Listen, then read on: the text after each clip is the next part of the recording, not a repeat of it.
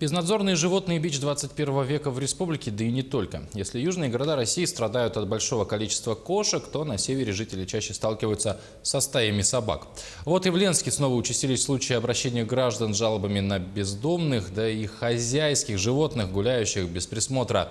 Администрация города упорно борется с этой проблемой, но отловить всех бродячих псов пока не получается. Анна Кожевникова продолжит тему. Жители микрорайона Разведчик неоднократно сталкивались с такой проблемой, как бродячие бездомные животные. В этот раз они решили обратиться к администрации города, составив коллективное обращение, которое каждый желающий может подписать в магазине «Аметис».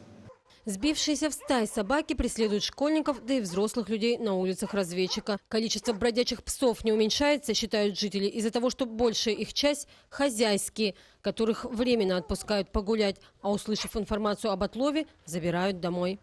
На моего сына во дворе напала собака. Мы написали заявление, дали штраф.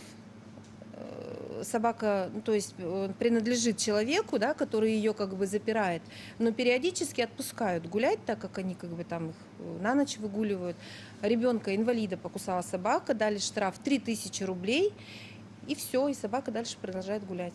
Как рассказали жители, им приходится применять меры безопасности, выходя на улицу в темное время суток. Тоже у нас есть отпугиватель для собак, даже электрический такой, там мы заказали. И вот и газовый баллончик у меня есть. Вот так мы ходим в школу. Проживает в Разведчике и всем известная баба Галя, которая прикармливает собак, и они собираются возле дома 20 по улице Интернациональной. О подобном случае рассказала почтальон Марина Корякина. Она не раз была свидетельницей, как сотрудники кафе «Эдема» подкармливают собак в парке, путь через который становится тоже опасным для ленчан в темное время суток. Я зашла в парк, они на меня набросились. Что мужчина шел, меня сразу рявкнул на них. Вот. Потом через 5 минут дети проходит время, идут дети со школы 2-3 класс. На них там начали набрасываться.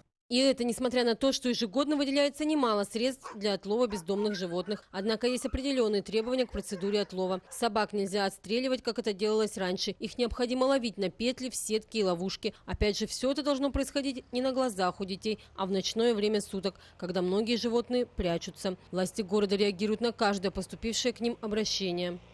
За 3 месяца, начиная с августа, занимались плотным отловом собак, отловили их порядка 150 штук, но на сегодняшний день эта проблема никак не закрывает. Учитывая масштабность проблемы, в следующем году будет выделено больше средств для отлова бездомных животных. На следующий год мы предусмотрели порядка 7 миллионов рублей на то, чтобы обустроить пункт передержки. Сейчас в Госдуму Российской Федерации внесен законопроект, в котором предусмотрено расширение полномочий регионов в вопросах регулирования численности бездомных животных. Анна Кожевникова, Виталий Андреев, Ленск.